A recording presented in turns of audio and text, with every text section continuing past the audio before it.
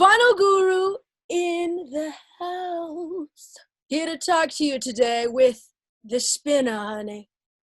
The racket spinner. Yes. Hello. Now he's here for the lovely rendition of 70s Match Game. Yes. How the rules go? Something like this, okay? I gave him the questions. I don't know his answers. And he doesn't know my answers. But hopefully we match, because that's how this is supposed to go. And if I don't get any of them right, maybe 5 of his favorite records will melt in a volcanic field. I don't know. Anyways, I do have to say, though, I don't do this alone. It is my lovely Cher as a co-host who occasionally spitballs at me. There's lots more than that. This is how she is. Okay, so first question. Let's keep it easy and breezy, honey. Favorite color? Now, I don't know why, but I feel like you're a blue person. I don't know, man. You keep it real mellow, okay? You keep it mellow, so. Any luck? It's green. Okay, now was it always green? I just want to see here. For the most part, to be honest, like, I've gravitated towards green since I was a kid, but honestly, anything neon that goes well with black is my kind of go-to color, just because I like vibrancy and pastel type colors. That's fair. So that's your exact favorite green, like that kind of green? That like for the most part, yeah. Bad. Yeah. Okay, all right. We're just warming up. I'm just warming up. All right. Favorite drink? Now, I don't know. I think you like it a little tangly and dancy in your throat, so I went with soda. Oh, is it the beer? Oh, shit. Okay. This is my go-to seasonal brew. I'm probably going to say this incorrectly. Leinenkugel's Summer Shandy. It is absolutely delicious. Best summer beer a man can drink. She's such a tease. Bring her closer. We can't even see. She's like a burlesque. There you go. I meant the label, but if she's that open-minded that early. Oh my goodness. Okay, so next question is going to be, which musician do you relate to the most? Now, okay, I kind of went with this one because I feel like, okay, you are a little bit complex and somewhat strangely introverted in a weird way. I don't know. I feel like this is going to be bad, but the Neil. Ooh, I almost picked him. No way. Okay, so that's almost like a quarter of a point. Spirit. Okay, we'll tell the people. So basically, all right, so right off the bat, in terms of his personal life and everything, not relatable whatsoever. But musically, I find myself connecting a lot to his own solo work. Like, if you listen to a song like Dark Globe or even like Octopus and whatnot, it's so stripped down and fragmented. Like, God knows what was going on in his mind at that time, because this was after he had left the Floyd and everything kind of went downhill from there. But just, it kind of showed how you can have such a frazzled, eclectic state of mind and still create brilliant pieces of work. So, and also, since I do my own music, it's very much, I look up to Sid as a big inspiration. So that's why I kind of gravitated towards him. Oh, for the people out there, he is the king of self-promotion. I don't know how he does it. I need to learn from this one, okay? I do. To sneak it in when it's appropriate. We'll dabble. It's like, do you want a mint? Yeah. This is he's great. But you know what? That's a very interesting point. He does kind of remind me of Morrison in that way. Very troubled mind. A bit, yes. Yes, the troubled souls. But the tragic souls are the ones with the interesting records. But anyway, Absolutely. Dear, speaking of interesting records, all right, he is such a Kiss Army nerd, and he has been to the school of the ology of kissing. Anyway. All right, I've always been kind of curious with people that are real Kiss fans, heavy Kiss fans, what their favorite Kiss era is, really. Now, I chose maybe something a little bit more, I don't know, conservative, so to speak, but I went hotter than hell. Than hell. And I don't know why that looks like hemorrhoids. There's some flames there, I see. Doesn't that look like hemorrhoids though, and not flames? That side is okay. A little. Yeah, So now, are we talking, is it favorite era or favorite album? Are we talking favorite era or favorite album? well, yeah, favorite. Well, it is kind of like both in a way. Okay, because it is. So you're on the right track in terms of the era, because for me, 1974 to 1977, that right there is the golden period. You have 6 great studio albums and 2 amazing live albums. It is the equivalent of Beatlemania. These guys, they had defined themselves in 1970s Americana. It is just truly amazing. Now, unfortunately, I did not live to see it. My parents did, but I would do anything to be a kid in 1977, such as when this album came out. This is my favorite Kiss record. This is Love Gun. I got this on cassette when I was 2, going on 3 years old. Fabulous. So It's such an exceptional album cover too. I mean, you're attracted to women that look exactly like you. I love that. Talk about classic narcissism. I love it. Kiss were honest. Absolutely. Beautiful, beautiful honey, stuff. It's like you're making love to a mirror, honey. I love it. Exactly. But a great choice. Okay, so I know that you're a crazy Jack White fan. I think anybody that sees your backdrop for your videos knows this. Okay, so so I figured, okay, out of his projects, what's your favorite? Now, because of due to the recent stuff that he's been putting out, how well it's been executed, I went solo, but I have a feeling this might not be the case, so... Okay, so I came close to picking White Stripes. Now, the thing to keep in mind is that anything that Jack does within, like, ever since the White Stripes started, everything is going to be based off of that. So it was kind of tricky. I almost picked it, but I felt like that would have been such a conservative kind of answer. But for me, I picked the Raconteurs. I absolutely love this band. Jack White and Brendan Benson together. It's a perfect match. I love the two of their voices combined. They've been together for almost 15 years, and they've only done 3 records. I wish there's more to these guys. Likewise. Their most recent album, Help a Stranger, is one of the greatest rock albums within the 2010s, I would say. It's absolutely brilliant. Hopefully there's more to them in the future. We shall see. Uh-oh, she's going to pick something. I will, and I am. What do we got? And what do we got? The lights are flickering. What is it? Stage right, stage left. There it is. Yes, it is. It is. Squiggles. But yes, this is exceptional. Amazing album. Amazing.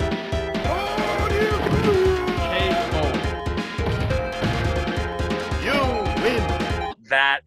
That's killer. That is so awesome. They're amazing. Okay, so I have to say, okay, most you've spent on a record, dear, and why, and which, and what. Now I went 80. Anything close to that? Ooh.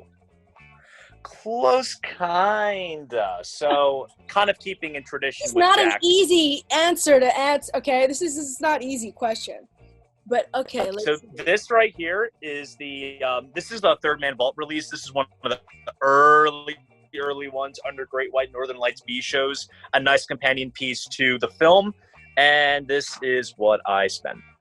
Kind of close, but yes. Yeah, and also it was still sealed. With the 7-inch. Wow. Still pretty decent, dear. Yeah, that's kind of a low-balling 3-figure kind of price. But it's funny because actually there's a long backstory. I'll keep it concise. I got this from a seller around January, and back in December I contacted him about it. And I was kind of lowballing it at around $80, like you just mentioned, but he just wasn't biting. So some time went, and then he was selling more stuff. This is all in the Facebook group. And I think I offered I think I named a price on a couple other things I got from him. One of them being live in Mississippi. And then I guess he realized that I was that same guy that was trying to get this. And he's like, you know what? For, because I was on such a roll, he's like, for $100, it's yours. And I'm like, okay, you got me. That's it. In, like pudding, in. Oh, honey, that is a decent 100. That is a decent 100. It's not bad at all. Not bad at all. Yeah, especially sealed. Exceptional. Okay, so still sealed, yeah. If there is one prog record that you could recommend to anybody who's a bit of a novice, because I know you love your prog, dear. Yes. What would you pick? Now, of course, I went Rush because I had to, honey. I am rushing to talk about Rush, but Hemispheres. I picked Hemispheres. See, now that is my favorite Rush record. That is hands down. But for someone who wants to dip their toes into the proggy waters. Oh yeah, that probably wasn't the right answer because it's not the quintessence. We have not been matching at all. Damn. It's brutal.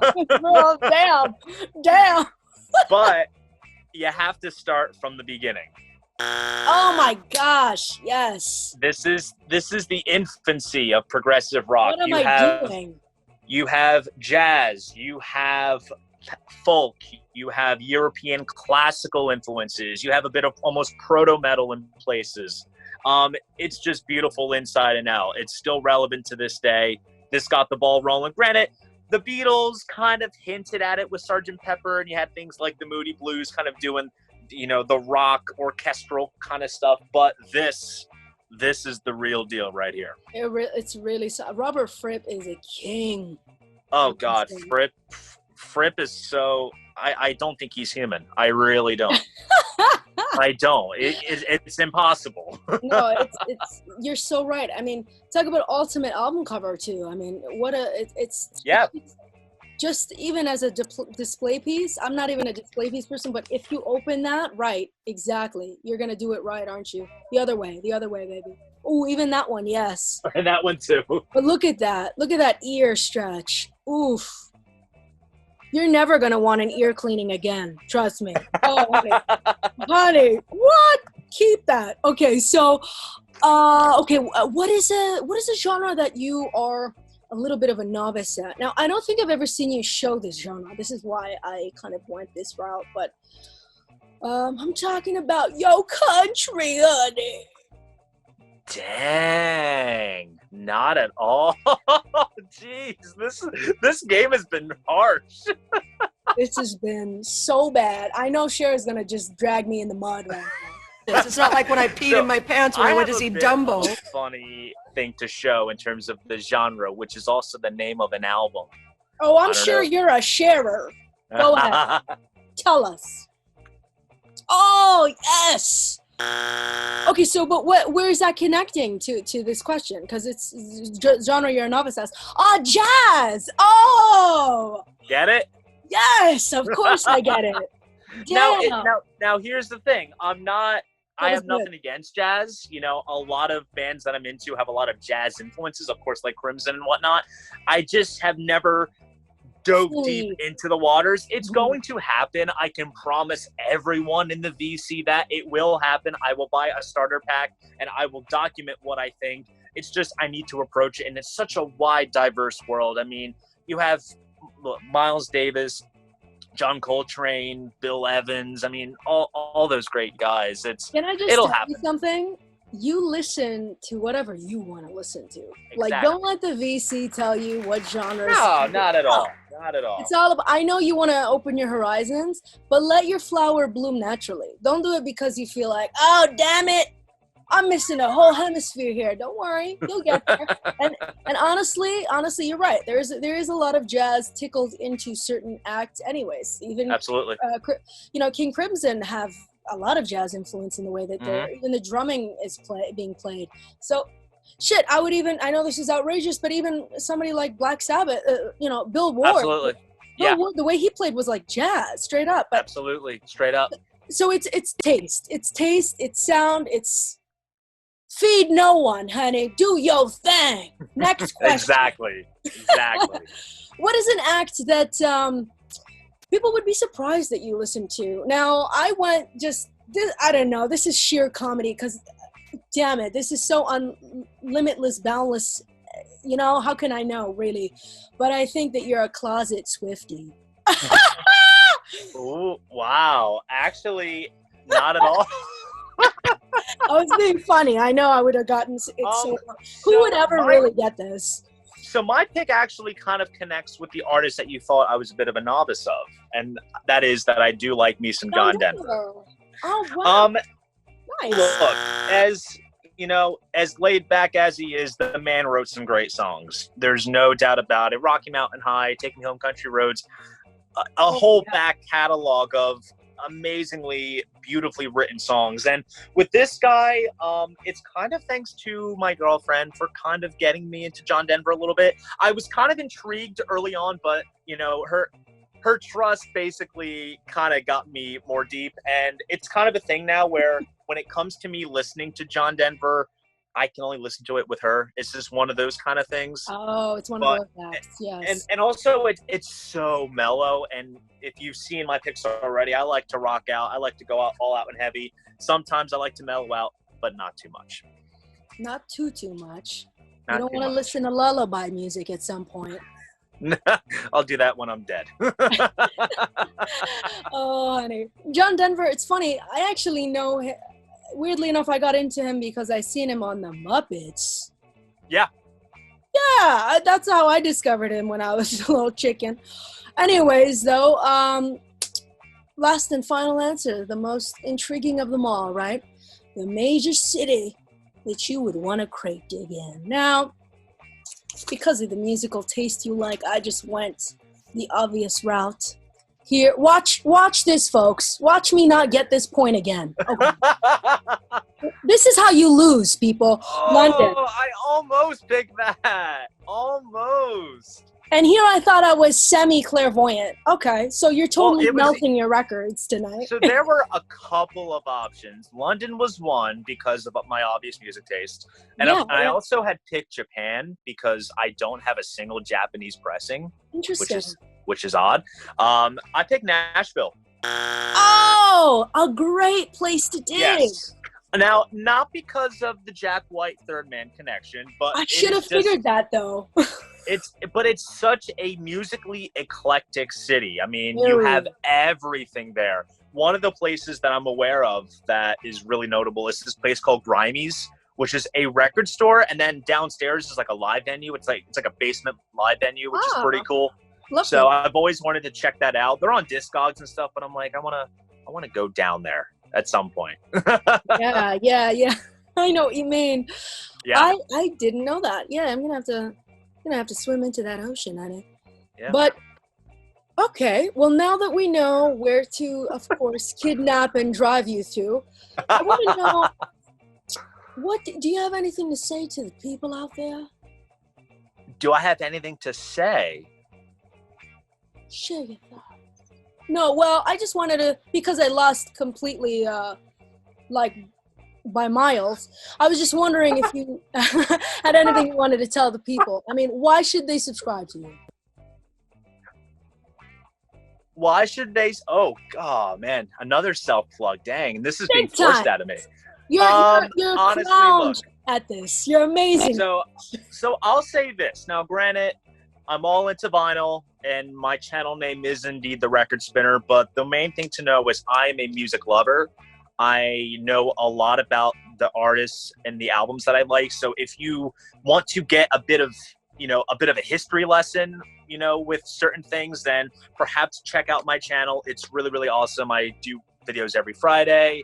I do unboxings, record store vlogs, and all kinds of fun stuff. There you go. This channel has been a real labor of love for me for 2.5 years at this point, and he